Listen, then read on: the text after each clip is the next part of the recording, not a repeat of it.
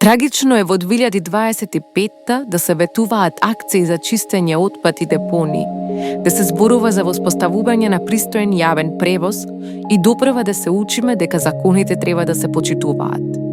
Но, за жал, тоа е суровата реалност во која живееме.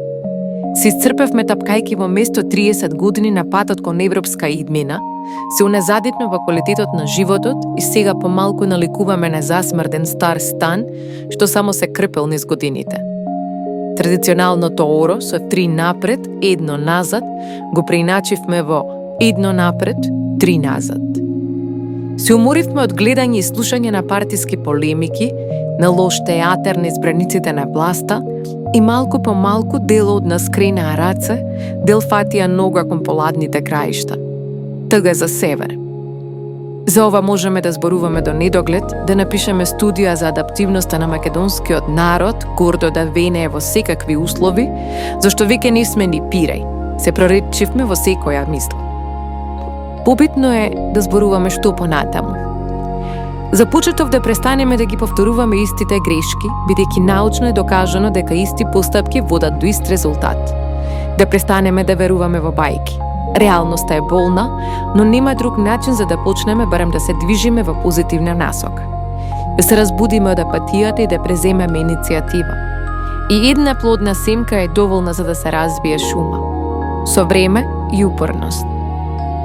На градовите и општините им требаат луѓе што ќе работат, луѓе што ќе носат тешки одлуки во интерес на граѓаните.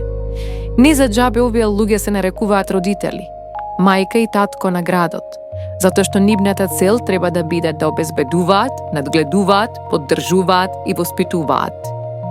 На градовите и општините им треба посветеност и визија. Потребни се плански решенија за да не шириме сламови, да прекопуваме улици повторно и повторно, без инфраструктурна поддршка. Поради ова живееме во смрад, ѓубре, без вода во чешмите, а мочуришта по улиците. На градовите и општините им треба слободно движење. Јавниот превоз е крвоток на секој град. Без добар јавен превоз не можеме да зборуваме за воспоставување на ред во сообраќајот, зашто вака наместо леп јадеме колачи. На градовите и општините истовремено им треба и мир, и културно-забавен спортски живот, зашто само така можеме да останеме психофизички здрави битија. Затоа овие избори пробај поинаку. Заокружи 27. Гласај за твоја партија.